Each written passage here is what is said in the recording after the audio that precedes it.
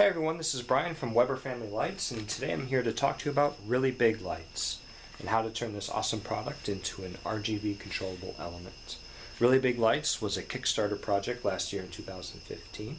They are sold with multicolor globes or white globes, and if you're going to convert these into an RGB element, you're going to want the white globes. I'll leave some links in the description of this video below on where you can find these.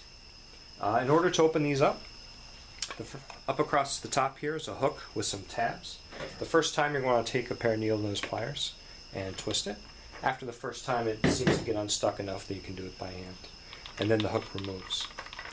Inside the hook there are these rubber grommets for the wires. Depending on the size of your pigtail, you're probably going to have to remove those. Considering what you're putting in here is waterproof, you really shouldn't be too concerned about keeping the top waterproof. Or after you get everything sealed back up, you can take some silicone and seal that up. But otherwise I'm going to go ahead and lose these. The globe unscrews from the top. And inside you'll see the standard C9 bulb. Right here, this clip comes right out, and you can go ahead and fish the wires out.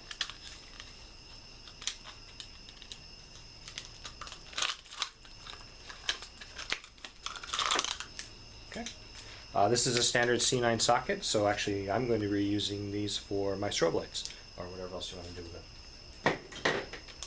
So, now that we have this inside, what I have found the best method for mounting these is to take 1/2 inch PVC, cut it down to 7.5 inches in length, and then it snaps right into place there, and this is where you can mount your pixels onto, and then run your pigtails up through the top.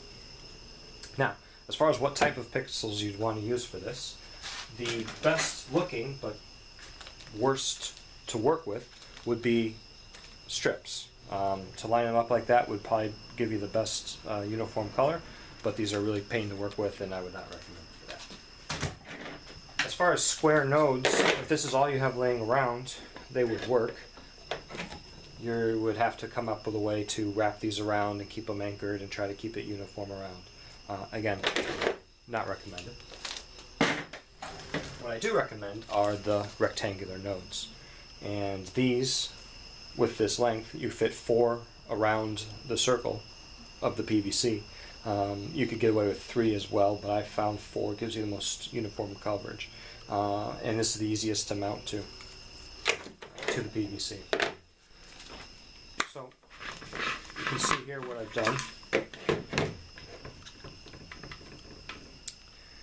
is I've run my pigtails up through the top. You can see there. Some of the rectangular nodes have adhesive on the back, others do not. What I started to do was drill a hole. So I used the top holes of the rectangular node as a template, drill holes through the PVC in the top and the bottom, and then run zip ties through, connecting them on the 4 sides. With the adhesive, you could probably just adhere it to the PVC and use some duct tape or white duct tape or something to wrap them around there. And that's all there is to it. And from there, you just put the globe back on, thread it back through. So what I'm doing with these is I have taken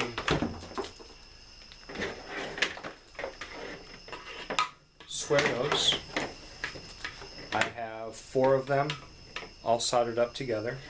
Then I have a 5-foot extension cord and 4 more of them soldered up, and I repeat that 5 times. I'm going to be using these as a yard border, so I'm going to have 30 bulbs separated by about 4 feet when I'm done, distance between them, and going around my yard.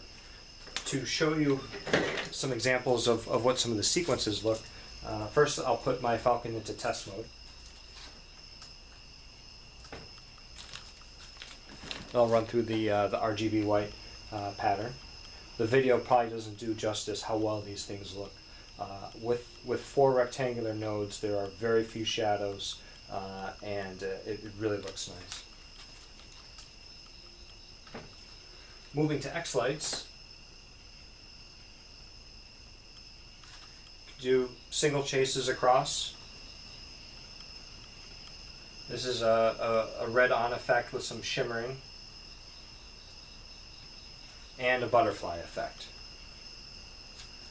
Now, what you're going to have to decide is, with 4 individually controllable pixels inside the bulb, there's different effects you'll get whether or not you group them together and treat the entire bulb as one grouped pixel, so this can only be one color, or if you want to separate it out and have each of the pixels inside the element be able to be different colors.